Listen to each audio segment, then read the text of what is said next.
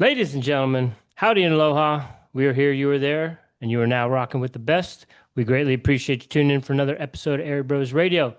Today we are back in the mountains with one of our favorite returning guests, Emily Coggin, here for her second appearance on the show to break down her 2025 Run Rabbit Run 100 experience. But before we get rolling, y'all know the drill. Make sure you hammer that like button and are subscribed on YouTube. Drop a comment. Every view, review, and share helps us grow and give back to the sports we love. As always, this episode is fueled by Black Sheep Endurance for all your ultra marathon and nutrition coaching needs. And let's not forget why we're here. We're here to shine a light on the programs, athletes, and storytellers we wish we had access to growing up. If you love running culture, coaching insights, and the process behind greatness, this one is for you.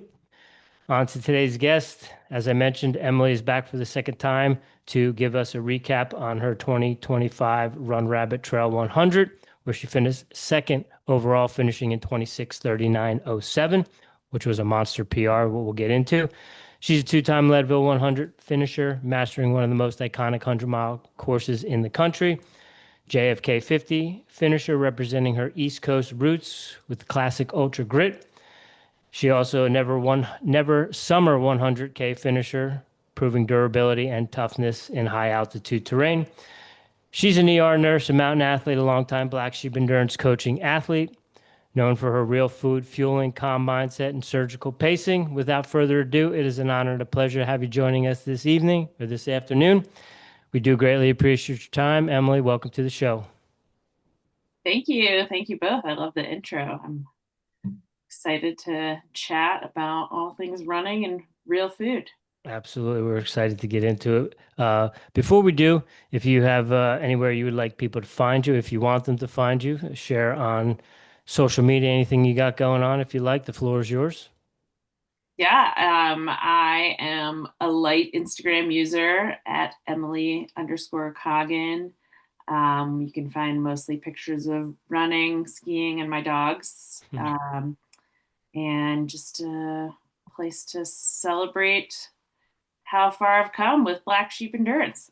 Heck yeah, heck yeah. Well, let's get into it because following along with clients and races and stuff, sometimes it's a half marathon, sometimes it's a marathon, and you get results relatively quickly. But when you go over to the ultra marathon experience, sometimes you're following along and then you go to sleep and you get up and you continue to follow along.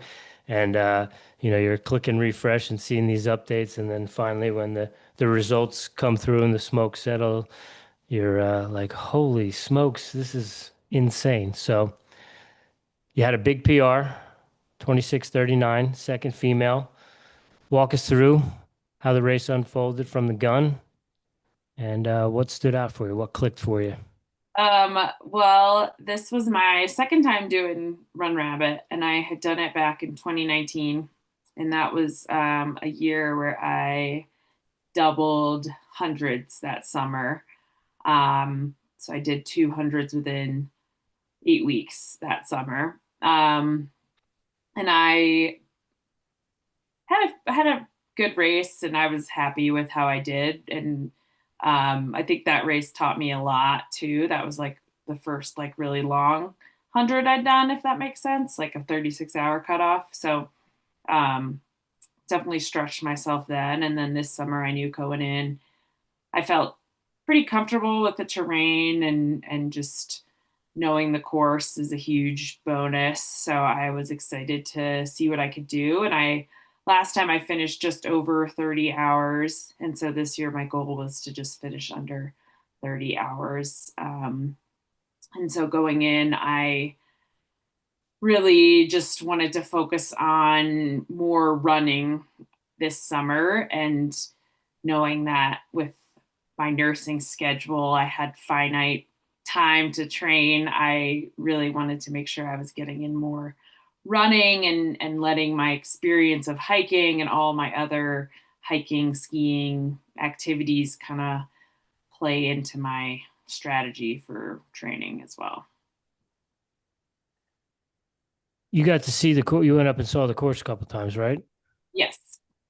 You feel like that was something that helped? Obviously, knowing the course, having run the race, but And I've done Leadville. The times that I've done, I lived on the course, not literally, but I did all of my training on the course.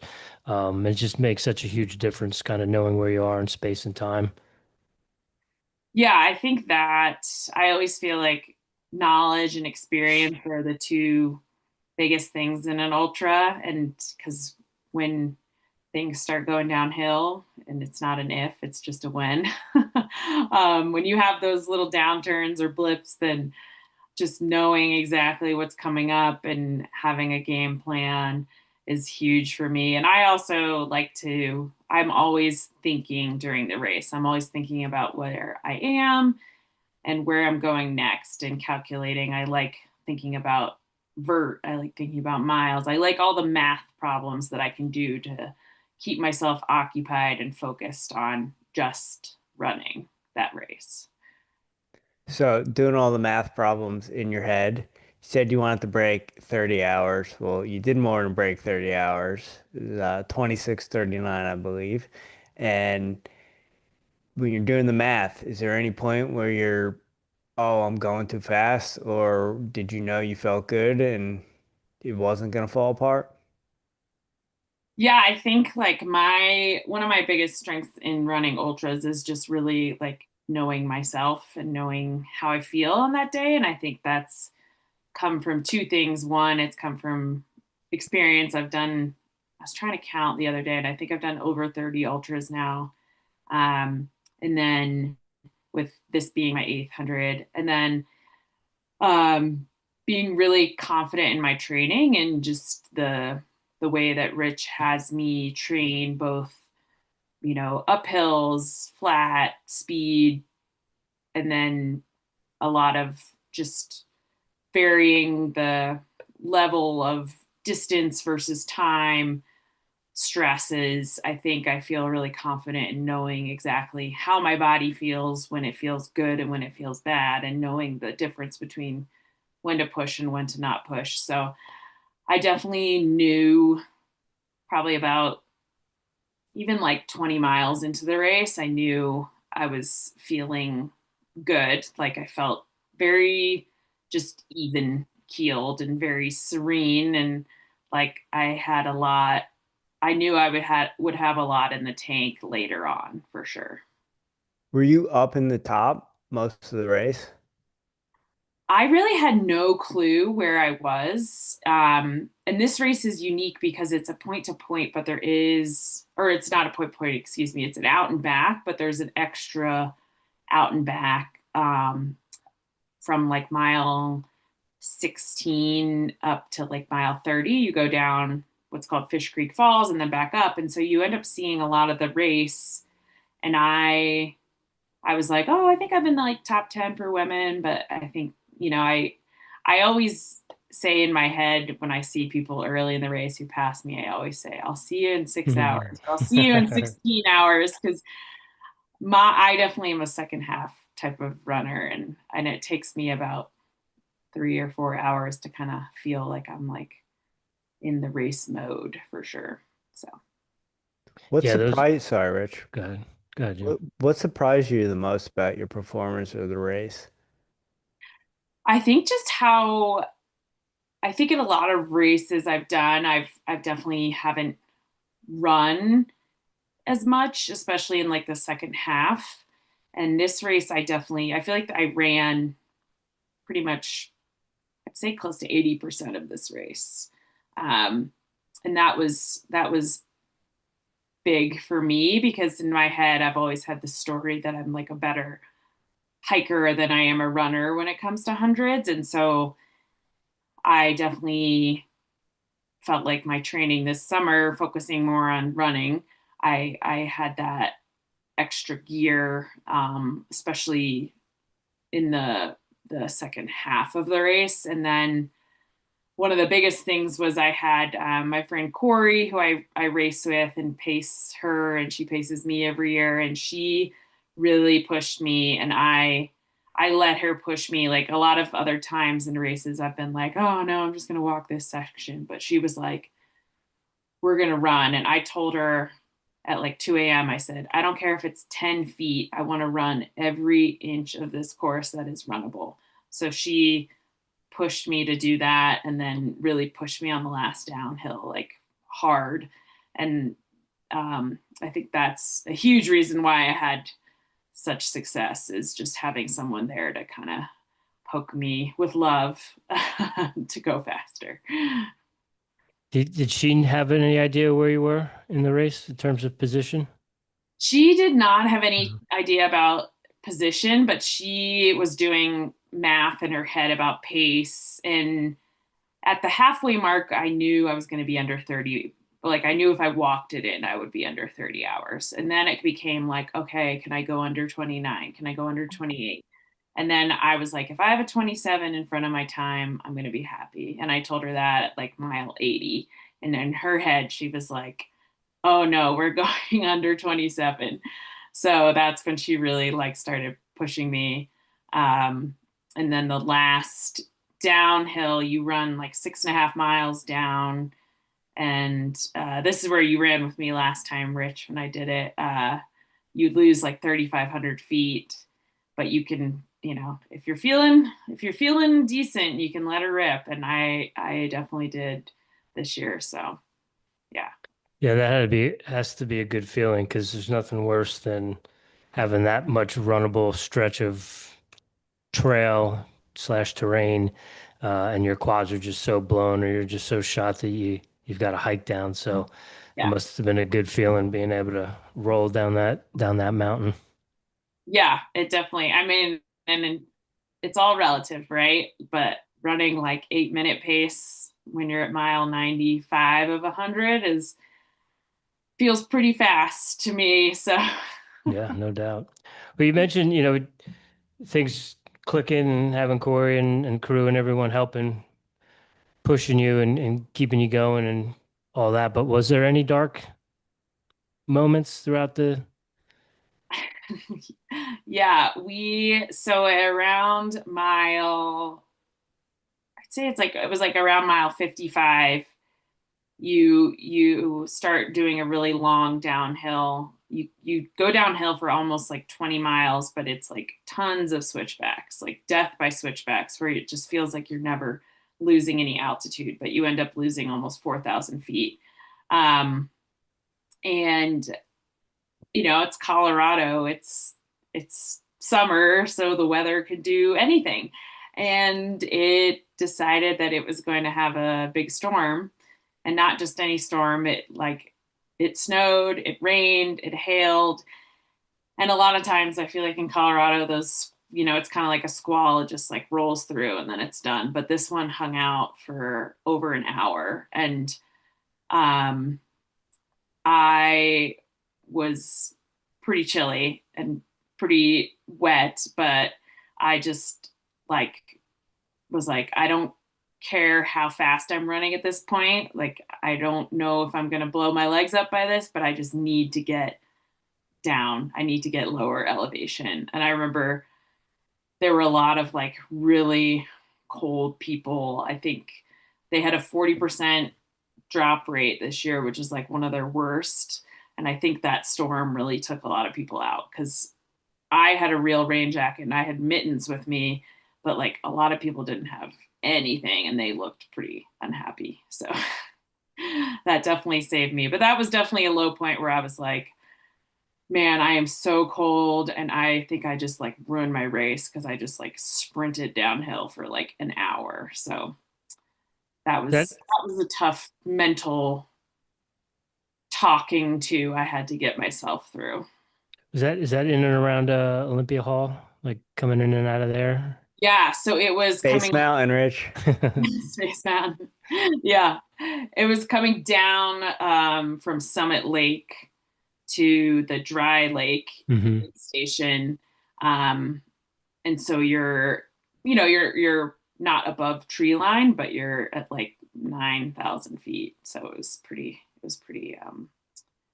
wet and cold. The whole trail was just like a river of running water. There was like you couldn't like run around the puddles because there weren't any puddles. It was just like you were in like a stream Hmm. water. So I just kept thinking, I need I need to get down to the bottom and I just need dry socks and I'll be fine.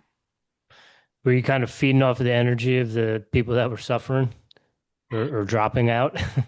Yeah, a little bit because I actually like I had a pretty good Congo line going behind me and I kept, it's an ultra. You're like, hey, if you need to pass, let me know. And people were like, no, no, you're doing a good job pacing. So I had like this group of 15, 20 people behind me all just pacing off me.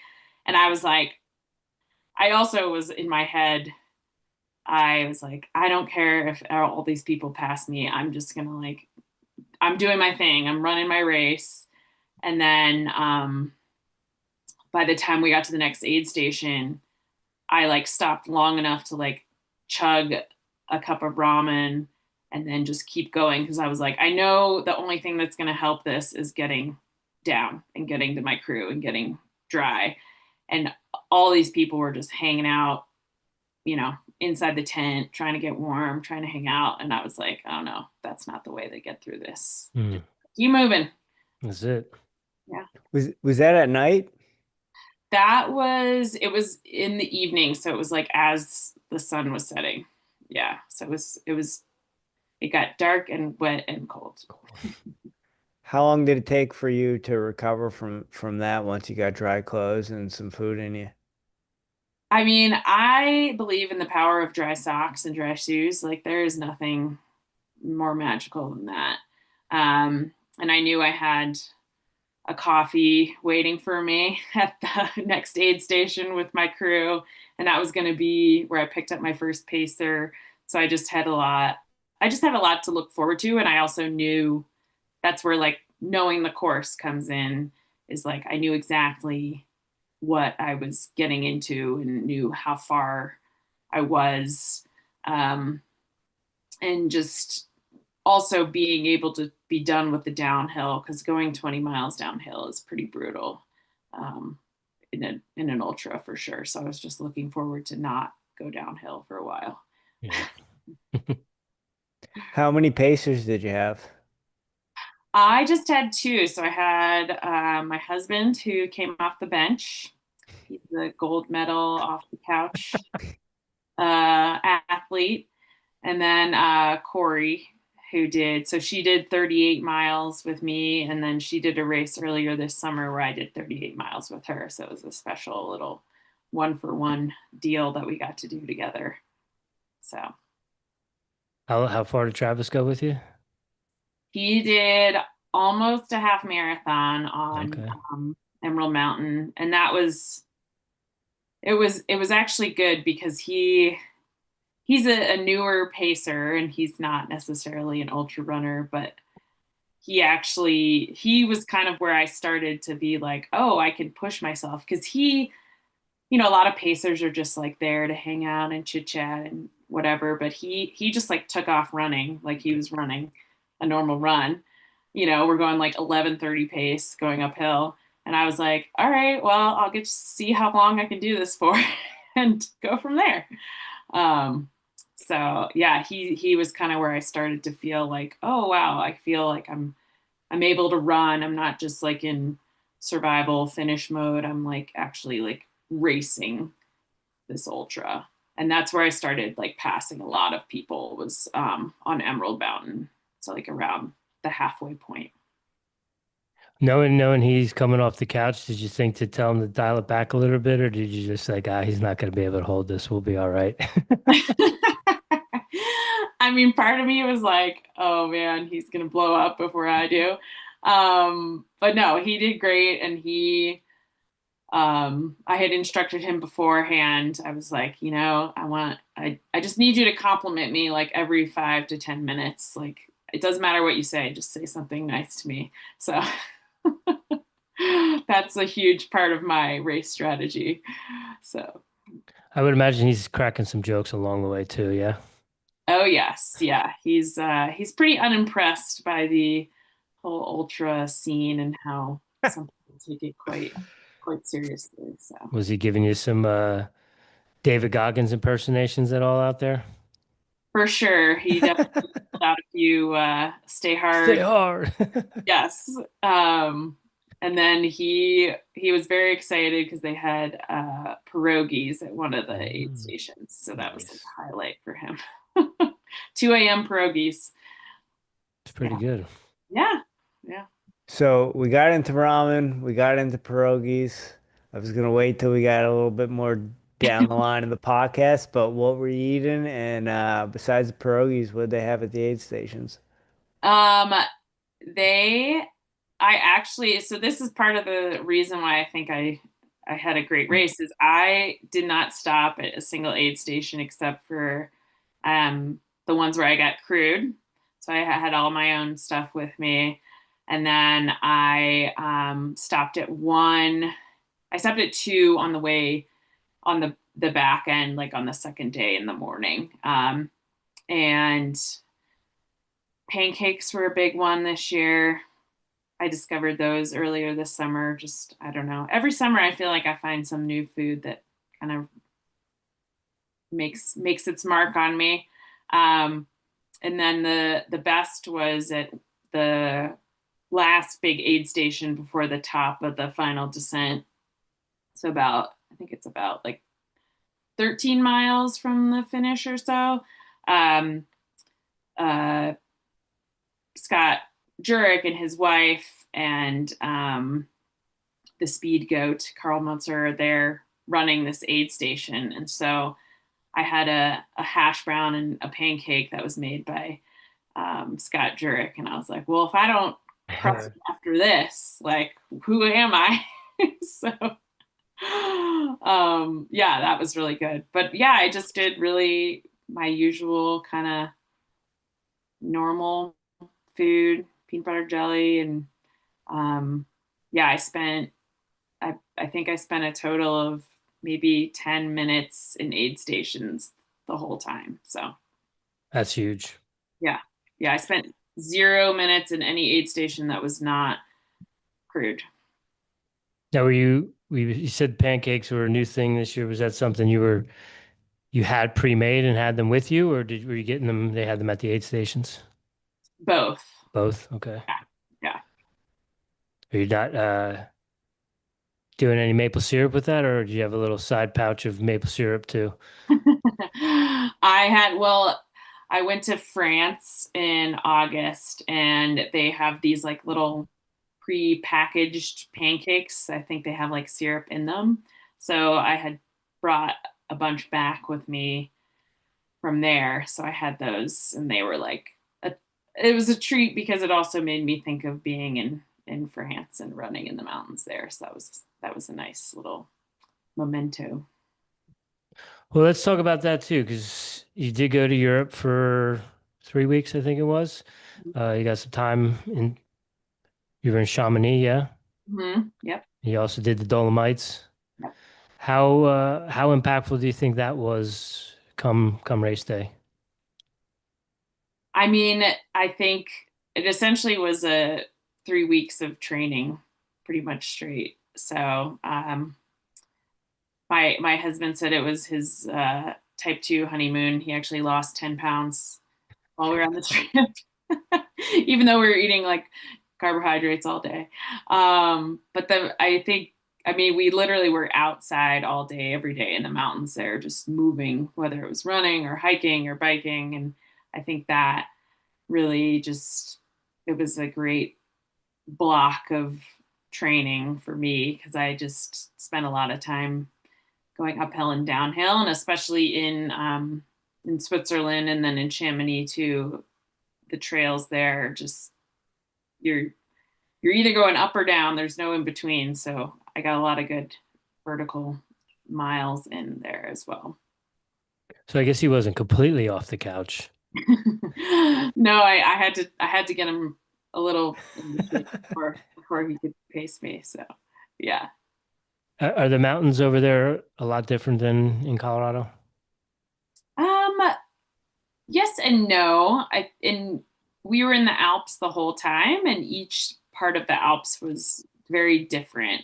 Um, but definitely very, very technical terrain, like and pretty much from the jump, like there's no kind of easing into it. It's like you're just going. So that was a good experience too, just to be on terrain that was rocky and rooty and steep and um, very challenging terrain for me because I don't necessarily always seek out the more technical trails here. So that was a good training for me.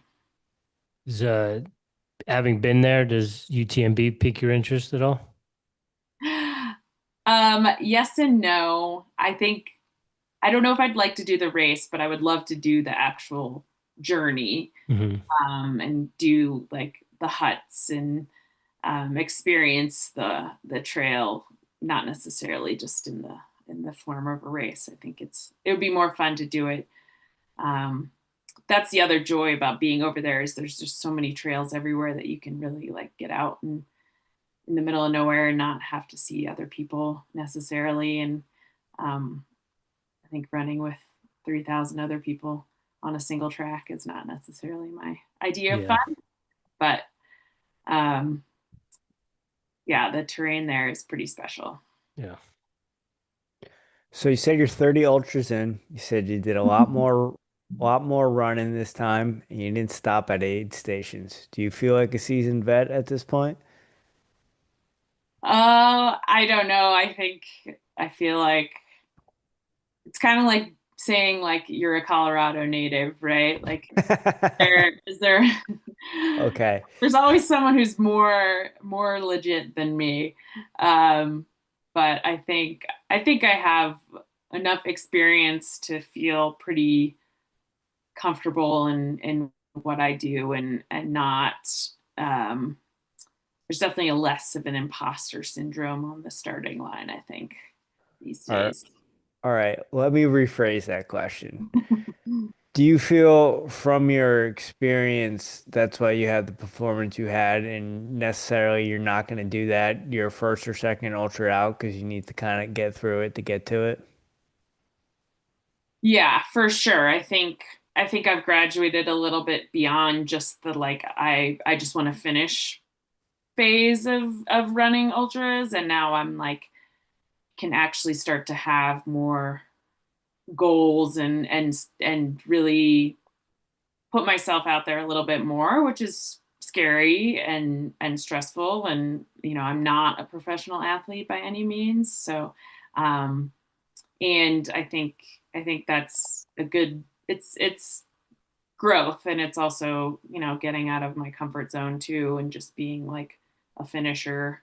I think that's been a big step forward for me personally. How was the recovery after the race? Besides my toenails, everything recovered pretty well. The last downhill really did a number on me. But yeah, I think I was back running like 4 or 5 days later, pretty slow, easy, but I felt good. And I think that especially these last few years, and I know I talked about this on the last podcast, like I think a sign of being well trained is recovering really fast. And I don't necessarily think that means like I had more in the tank. It just means that I like was well prepared. And that's, you know, thanks to obviously my training from Rich and then combined, I think also with the strength training aspect, I think that's really given me a lot of durability in this area.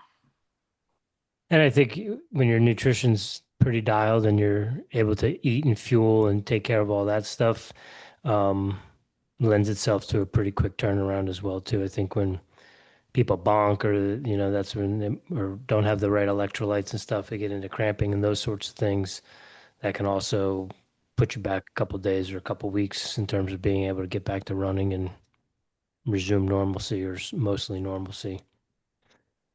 Yeah, I started adding in more electrolytes than I previously have in the last, I think really the last like 2 years, where I'll almost even like double up kind of the normal amount that you would put in, you know, your half liter bottle or whatever it is. And I think that really does make a difference. And I think trying to get nutrients from real food too is for me. I know there's all this research about like carb and calories and carbs and all that thing, and I think like that's great for some people, and I think and it's just like in real life, right? Like if you can get sustenance and vitamins from real food, or macronutrients from real food, it's always better absorbed in the body than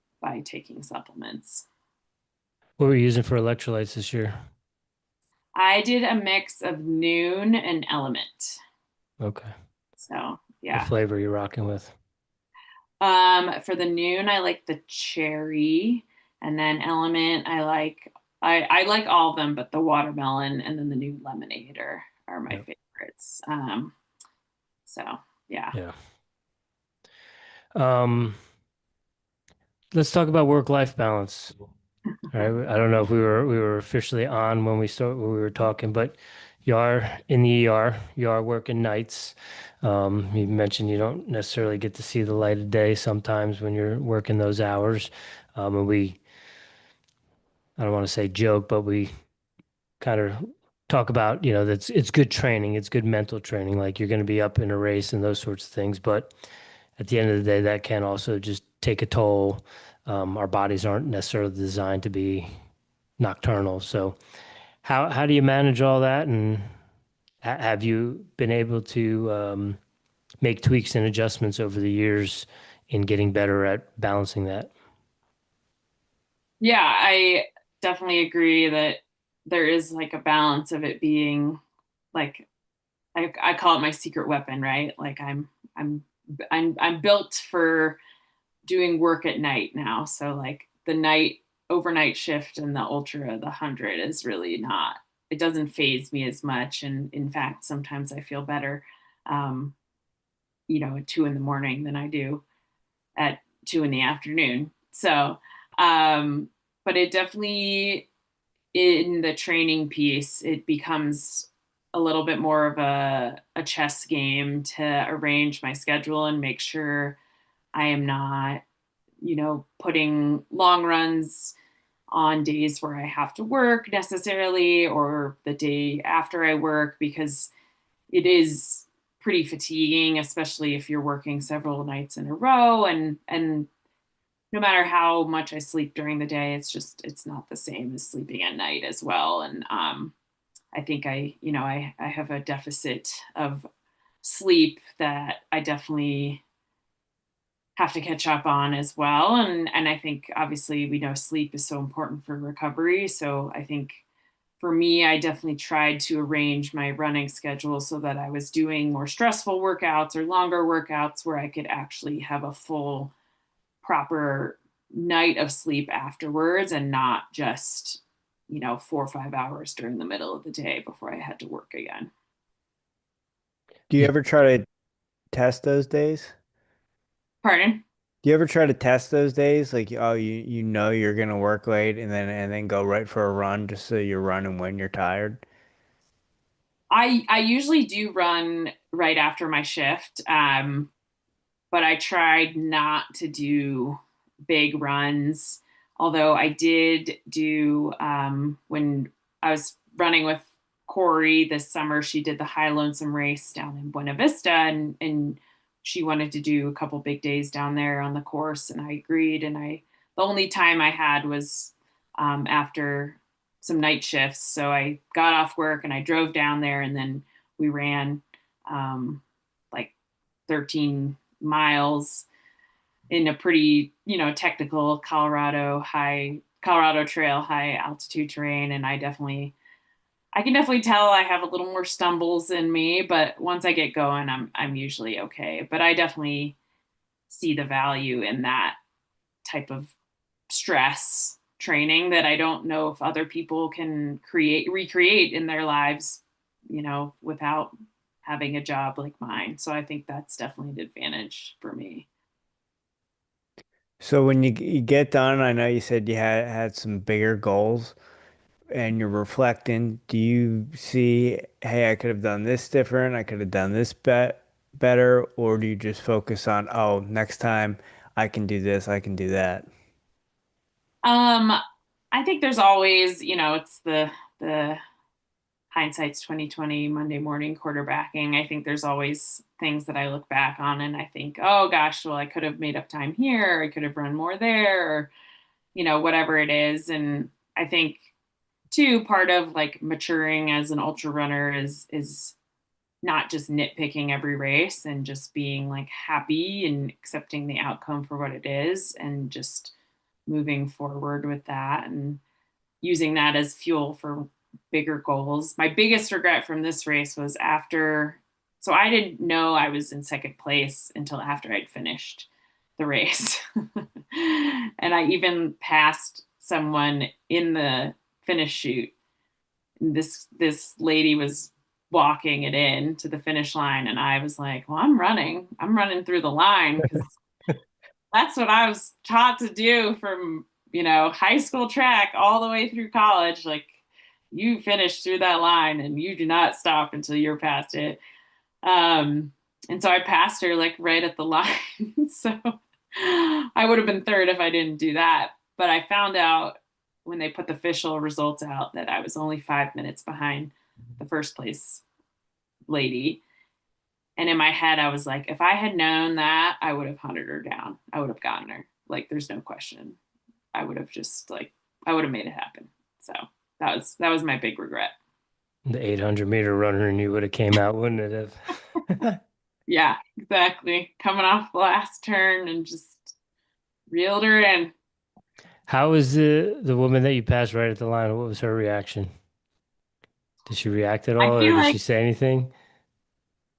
no, and it's funny because he had passed me probably at like mile like 40.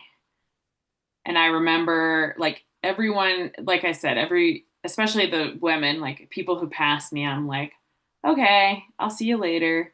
Um, and in my head, I was like, oh, I finally caught her. But I think she was pretty, she was, she was she was happy to be done. She was not running anymore. So yeah. Right on. Well, you mentioned you got back to running pretty soon after, got back into training, and you do have a 50K coming up. Yes. What was and I don't recall, it might have been, but I don't know if that was necessarily on the calendar to start. What brought that about? And it's a qualifying race, so how does that whole qualifying process work for that? Um, well, the one of my really good friends who she actually works for Lifetime, who puts on the Leadville 100. She has been working on putting this race on. Shout out to Sarah. So it's a brand new race for Lifetime, in a brand new part of the country in Anniston, Alabama. And she had told me about it last year when she'd been working on it. And Corey, who I run with all the time, is from Alabama, from pretty close to there. So we were like, oh, that would be super fun to go and run, where she grew up. And I'd go back to the East Coast, which I had said I wasn't going to do any more ultras there, especially in the summer. But now it's okay because it's October. Um, and then the idea of after last year at Leadville, I kind of, we had chatted and kind of talked about maybe going for the big buckle, just going for a little bit faster time. And so this year wasn't the year, but I think next year is hopefully the year. And maybe I can get a qualifier coin at this race and make my way back to Leadville and try to send it big. So it's scary. It's scary to say it out loud, but I think that's a big goal and I'm ready to work for it. How do the coins work for this one? This one is they have the age group coins and then Okay. they have the drawing as well. So Okay. Okay. yeah. And I know last year after last year when we talked, it was I can go under 25. And I would imagine going 26:39 that Run Rabbit Run is pretty reassuring that a big buckle is in the cards for sure. I mean, I think I know I can do it, and I think the going back to I think being a former there's my dog in the background. Being a former track athlete and especially like a college track athlete, there is a level of almost PTSD I think that I carry from pushing myself very hard running and feeling very bad. And I think I've been very scared of going to that place um, for a long time. And I think these past few years, I've allowed myself to put myself out there to push myself more. And I think, especially after this race at Run Rabbit, I think I felt like I do have the ability to do that again. And I think I have a desire to race, not just to finish. And knowing that it will take harder work and it will take more discomfort, and I'm okay with that. Well, Emily, you're handling your PTSD way better than me because you run a lot more races than I do. So, and I have full faith in you. Like Rich, just to add to what Rich said, your performance at Run Rabbit Run, I know you're gonna get that big buckle at Leadville, so no need to be scared. Send it. Well, thank you. And I think too it's I know that course so well, which is a blessing and a curse, right? I know like every quarter mile essentially of the course. And so um but it is a special and a stressful race, but I think it's possible for sure. So with my training plan from Rich, I think I can do it. We got this. I'm curious, as someone who's back in the coaching ranks and coaching high school kids and high school girls, that stress, anxiety, maybe even trauma that comes with racing and being uncomfortable. Um, if you could go back to your high school self or your college self, what advice would you give to maybe alleviate some of that stress or anxiety that comes around racing? Oh, wow. I think I've thought a lot about this lately too, with like, and this is getting more philosophical and just general and like how I define myself or how I define like value in myself. And like if I couldn't run, like if I broke my leg and I couldn't run for 6 months, like how would I respond? Because I running is such a huge part of my identity, just like being a nurse is a huge part of my identity. And I think in high school, when you're an athlete, that is such a big part of your identity, especially teenagers. And I think if I had been able to been a little freer to just run for the sake of running because I loved it and I loved the challenge and I loved pushing myself. I think if I had had like a little less attachment to the outcome and also the identity part of it, I think I would have actually been a lot more successful. I can remember my senior year of high school outdoor track. I was like one of the people who was favored to win the outdoor 800, and I just like I got the yips. Like I was so anxious, and I just blew my own race. Like I just never was in it because I just was already in my head before the gun even went off. And I think if I had just been like, this is my last race as a high school athlete, I'm just gonna send it, I think I could have maybe won. So Yeah, it's interesting. Talking with a lot of the coaches and people that we've talked to lately, um, I think if I would have slowed down and not been so, I'm always on the kids about looking at their watches and that sort of stuff. And, it was always about what pace am I running. And it seems like now with the Ingebrigtsens and the threshold and double threshold training and sub threshold training, it's like all these elite athletes are doing things probably slower than what they're capable of, and they're getting these unbelievable results. Um, so I always think back, well, man, if I wasn't so concerned of like, oh, if it's not under 7 minutes a mile, it doesn't count, and all these different things, these stories that you tell yourself, might have been a whole different experience, both in high school and college.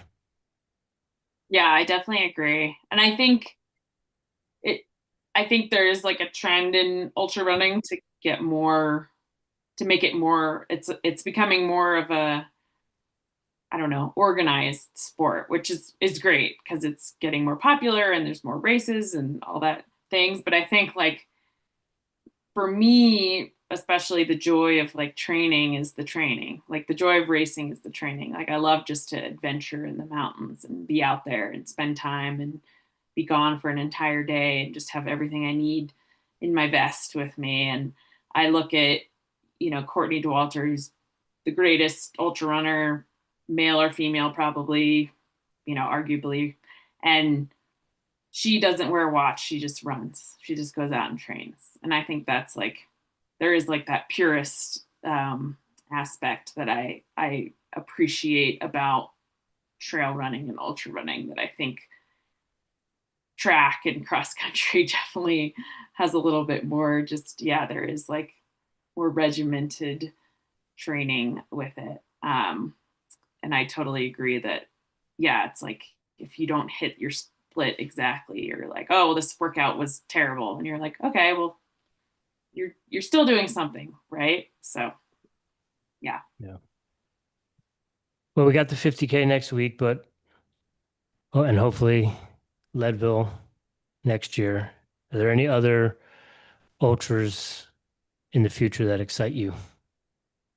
Well, I am doing, I did this race last year. I'm doing a 50K Nordic race in Wisconsin again. So that's a different kind of ultra, but still challenging, and very fun. And then I would love, yeah, I would love to do, I mean, I'll keep trying to get into hard rock in Western states and maybe I'll get in before I die. Um, um, but yeah, I would love to do one of those, I think doing hard rock that's like my holy grail for running. I think I would just be thrilled to be out there. So, Well, what's going to happen is you're going to get pulled for both in the same year. and I will do them both. And I'll probably be like 80 by that time. So who knows? Well, how many tickets now do you have? Because don't they double for For Western? Western, oh gosh, I don't know. I calculated my odds last year and it was like I had less than like I think I had like less than 1% chance of getting pulled. Oh, wow. Which, you're saying there's a chance, but Yeah. Final four, Rich. Let's do it. Emily, I'm sure you told me your process the last time, but I am a bad podcast co-host and I didn't look to see what you said. Are you a coffee drinker? I am. How do you brew your coffee and how do you take it? I do an oat milk latte. Or I've been doing Americano with like a splash of oat milk. Do you do you have a preferred brand of oat milk? I'm an Oatly, the like plain one, not too much, nothing in it, no stuff in it. So, Emily, do you have any daily practices or rituals you do on a regular basis to show up as the strongest version of Emily Coggin?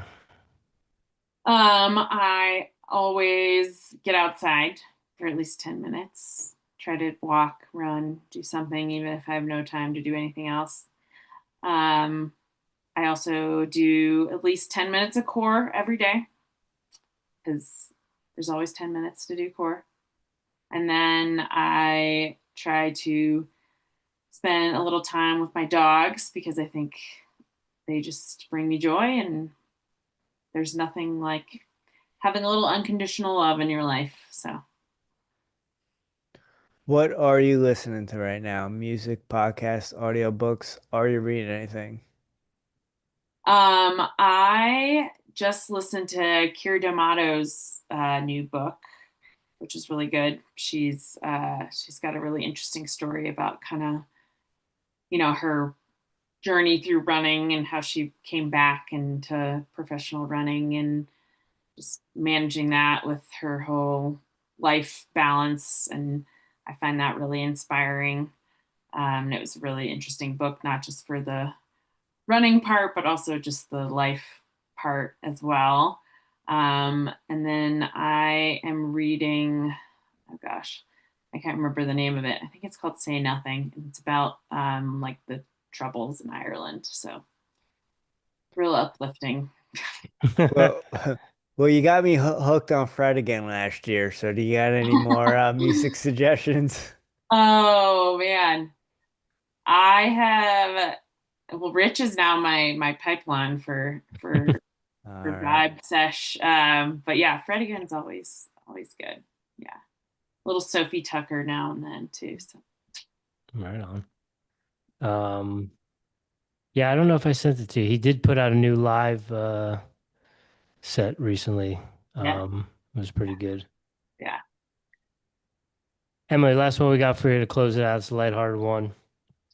Could be a unique food item in Colorado. We know you don't drink anymore, but maybe there's some other mocktail or something out there. Maybe you're a closet Swiftie. Do you have a guilty pleasure? I am a closet Swiftie, but I don't feel like it's a guilty pleasure because I don't think anything should be a guilty pleasure. I think people should just let their freak flag fly.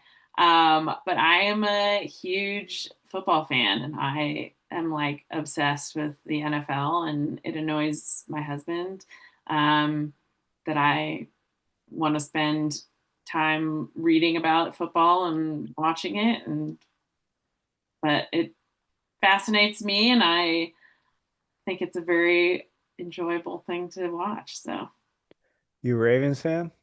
oh yeah, we're having a tough year, but I'm not a bandwagon fan like the Broncos fans.